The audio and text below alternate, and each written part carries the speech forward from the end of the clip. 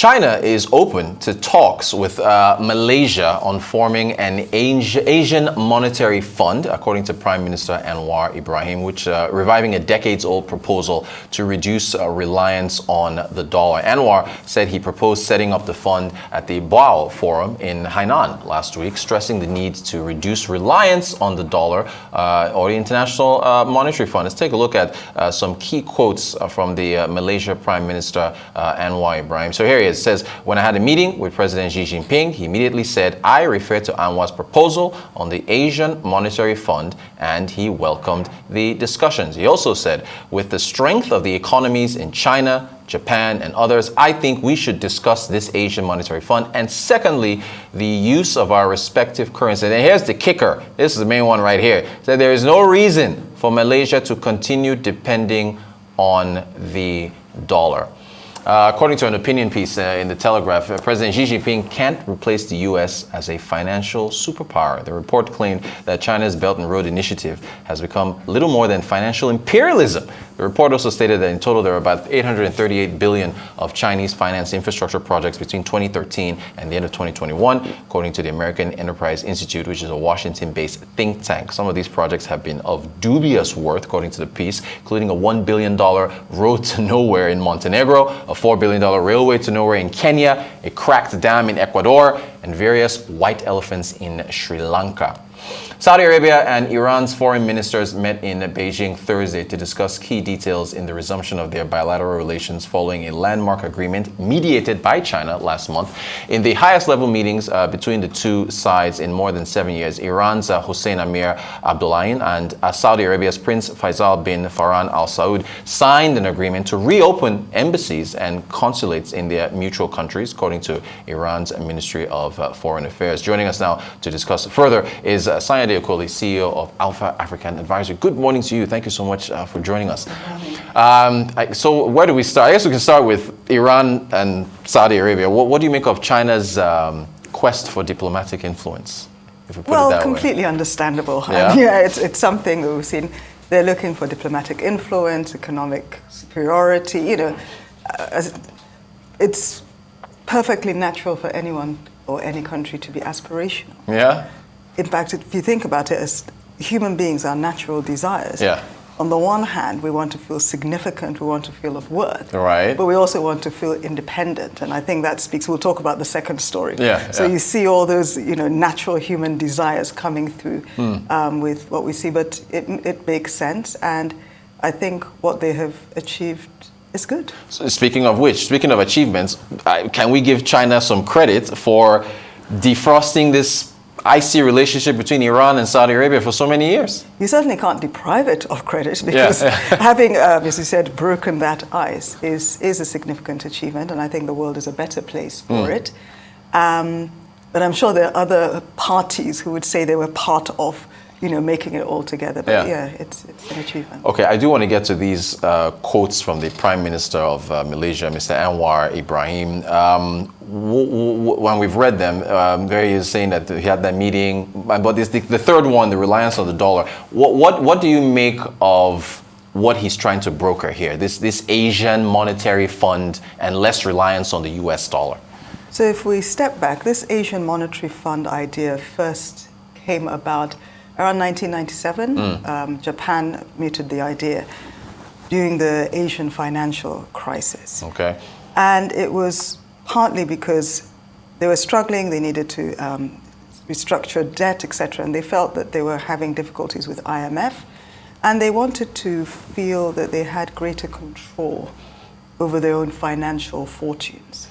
But I think it's also interesting that it's happening again when the dollar has strengthened and interest rates have gone up. So it's obviously, it didn't happen before. I'm not saying it's not going to happen now, but I'm also saying I can understand with the current pressures why the idea has resurfaced. Okay, so then you've preempted my next question, because Brazil and Mr. Lula da Silva, who just recently defeated Bolsonaro and is now in power now, and the president of Argentina, they also have mulled a common currency as well. So what's happening here? Is it dollar strength that's causing the folks in Asia, folks in Central America that all want to get away from the dollar and form their own currencies?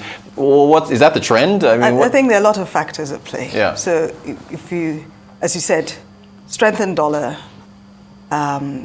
rising, interest rates, etc.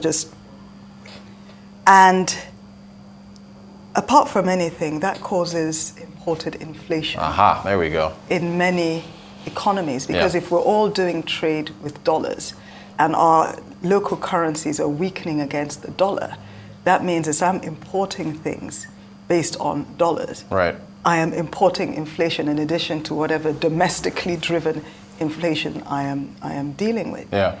And you and I know that from time to time, different countries, different regions will come and say, I think it was around 2020 where West Africa, they were talking about bringing the echo again. Right, yeah, so you feel some pain and people think, okay, how can I solve this pain? What's the solve to put on this? And they would think of either, their own currencies or union, etc. And then when that precipitating pain eases, there's a tendency to forget about that idea. Okay, so can we talk about dollar strength? Can we talk about the reasons why the US dollar is the de facto currency of the world and so on and so forth? And particularly, do you think that any quest to, so there we go, world's largest economy, stable political system, so on and so forth. Is the quest to can Queen Dollar be dethroned? Okay, so the reasons you've just projected there. I think, permit me to summarize it in one word. Okay. Trust. Aha, there we go. That's a strong word. It's about trust. Yeah. You have to give it to the US economy and the dollar that they have a very long track record. They've demonstrated that, first of all, as you said, they're the largest economy, but not just that. They've demonstrated that they have, effective institutions. Right. With what's happened in the last couple of days alone and, the Trump affair. Right. That tells you the extent to which they have, inbuilt independent institutions. Right. You don't just replicate that like overnight. that. Right. And you've also got to think of the comparable track record of some of the other countries that are seeking to assert a similar level of geopolitical or economic influence. They have not yet earned that same level of trust from all the other countries around the world. So theoretically, so that means it would take a long time. How long do you think it would take to destabilize the dollar and where everybody's using yuan or whatever, or how in our lifetime? So let me since you're so bold as to ask me such a difficult question, I'll throw it back at you. Okay. How long do you think it will take for China to build as much trust as the US has built my goodness, over 50 or so years, or some would say since the Second World War? So maybe another 50 or 100 years, or even longer than that. It depends on so many different factors. Yeah. Do they even want to build that level of trust? Can that trust be engendered with some of the steps and the moves they take, for example, anyway. I get where you're going. Okay, so since we're on China now, there was that opinion piece, I think it was in the Telegraph, Ben Wright or so is the person who wrote it. The Belt and Road Initiative, I mean, they are, there's the map, lovely. So there's the map, in pink is where I guess they're trying to gain, influence. What do you think? I mean, it's a multi-billion, if not trillion-dollar initiative. I just said dollar. Trillion yuan initiative. Enough said. There you go, right? So, I mean, since we're tying all this up with influence, currency, infrastructure, all this and that, what do you make of it? I think the answer is in some of the news pieces that you read, where you were talking about, some of the projects being referred to as Road to Nowhere, Raid to Nowhere, etc. So there are questions as to the true effectiveness of some of the projects, especially for the borrowers, and how, to what extent it has been beneficial, not just in the short term, but in the mid to long term for some of those countries. Some who borrowed from China, for example, Sri Lanka, that's, struggling with debt repayment. To what extent is China being willing to come to the negotiating table to renegotiate those transactions, et cetera, et cetera. those are the real underlying issues.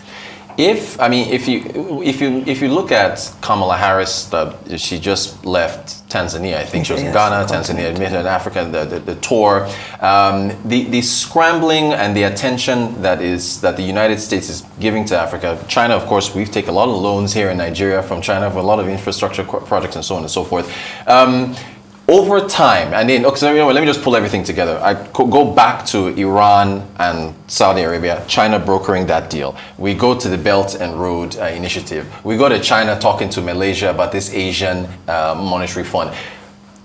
Are they not building influence? If you tie this all together, are they not getting there? I mean, this is the second largest economy in the world. They're building influence, but if we step back, we've got to remember that the influence that the US has is not just geopolitical, it's not just economic, it's even social influence. The Western agenda? No, not from the Western agenda. Right. I'm being sarcastic when I say that, what kind of music did you grow up listening to? American music. What kind of movies did you... American movies. So the influence of the US is far greater than just, the dollar and, trade, etc. They have managed to win the hearts and minds of many people across the entire world. And it's going to take some time for China to not just win our interest payments and win our contracts, but win our hearts and minds such that whenever we're flicking the TV and Netflix, we're thinking, I don't want to watch this US movie. I don't need to listen to 50 Cent or, whoever. I want to watch this Chinese movie, where I want to dress like a Chinese person. I'm saying that the influence is deeper than just geopolitics and economics. Glad you raised that point. Me mentioning the Western agenda was me being completely sarcastic, but does that open up to the conspiracy theories that there is this Western agenda where the US is trying to influence the world and coerce every country to its own cultures and norms? Because we're joking. The thing's been going on for hundreds of years. What do we call colonization, and what France did, and Britain, etc., call it whatever you want to call it. They've been influencing the world, for the Western world for hundreds of years. Okay, so what about since we're talking geopolitical influence here? What about Africa? I mean, African music, particularly Afro beats, is gaining influence across the world. Since we're talking about China and the US, could one day African culture get to where, or do we need the economic muscle to get to where the Chinas and the United States are already? I think with our media, the entertainment, what it has done is raise the level of respect and regard that we have on the global stage. But I would say that we still need to do a bit more to ensure that we can take the place that we truly desire to take as, being seen as true equals across board. Fantastic. And therefore, since we've looked at the reasons for why the dollar is dominant and the US economy is where it is, it seems like all this starts from economic strength. Does that where it starts from, and then it now flows through the cultural and everything else flows through, but economic strength is where it starts from? I would say actually it starts from building the institutions and developing and implementing the policies that will engender confidence and trust, that will attract the economics and the infrastructure, etc., etc., etc. But it first starts with putting the framework in place that makes people look at you and have the necessary respect. And do what they need to do. It's really fascinating stuff, and it's going to be very interesting to see how things, because right now Emmanuel Macron is in Beijing. They're having talks, the Russia-Ukraine war. Kevin McCarthy is trying to get him to tell Xi Jinping to call for peace. It's all really very fascinating, and thank you so much for joining us to lend your thoughts to this geopolitical economic matters. Sanyade Okoli, CEO, Alpha African Advisory. Thank you so much for joining us. Thanks.